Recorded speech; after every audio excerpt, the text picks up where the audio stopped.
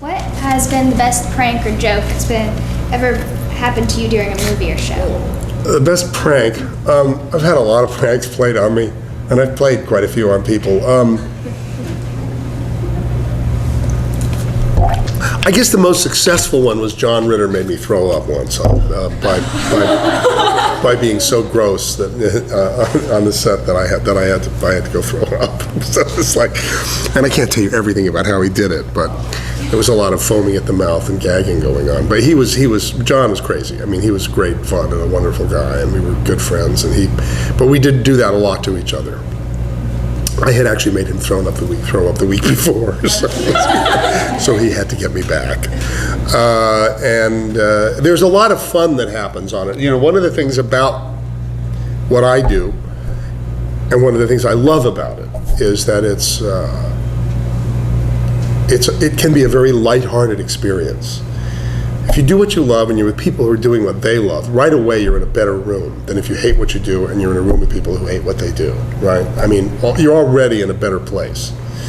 And the idea of people having fun with each other, we are called players, it's called a play. And so the sense of fun and playfulness doesn't interfere with a sense of seriousness. As long as you know when it is you're supposed to be really focused and do the work, the sense of play is very important. And I like to play when I work and have a good time. And good things come of it, especially camaraderie and the kind of bonding that you need in order to be a good company together. So that's one of the things I love about what I do, is it's a people business, and you can have a lot of fun with people because a lot of the people in the business are a lot of fun.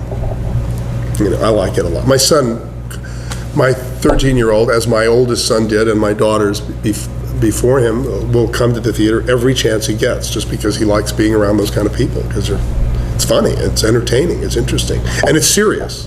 It's people doing something they're really, really passionate, they really care about, but also having a great time doing it. What could be better? What is the scariest thing you have ever experienced in your life? Has it affected you in a positive way? Wow, these are big questions. The scariest thing.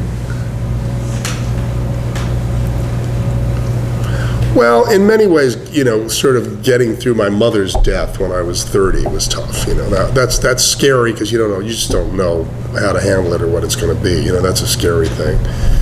Emotionally scary. Going through divorce was emotionally very scary. That was maybe the second scariest thing. I haven't had a lot of really physically scary things happen to me. Like I haven't been in danger a lot.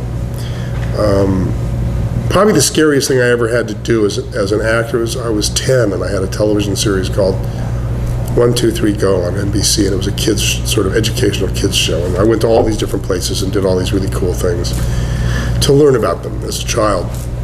And we did one episode out at Edwards Air Force Base in California where they had these, I think they were F-15 fights, huge sort of fighter planes that had just been put on, and I had to go stand out in the runway and by myself, and the shot was the camera was behind me and this plane was coming right down the runway. It was taking off just, right in front of me, it was just taking off so that the film, and it was terrifying. I was 10. It made a lot of noise. It was coming really fast, and I had to just say, everybody's worked this out.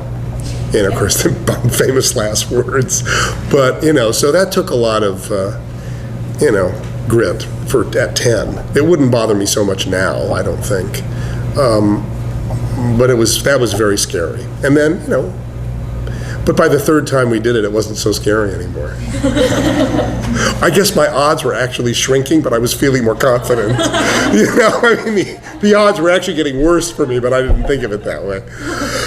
But it was all okay. No, that was scary, but not, I've never really been in a terrible, I haven't been at war. I haven't been, had my life threatened by another person or there's a scale. I've been pretty lucky. I've had it pretty easy.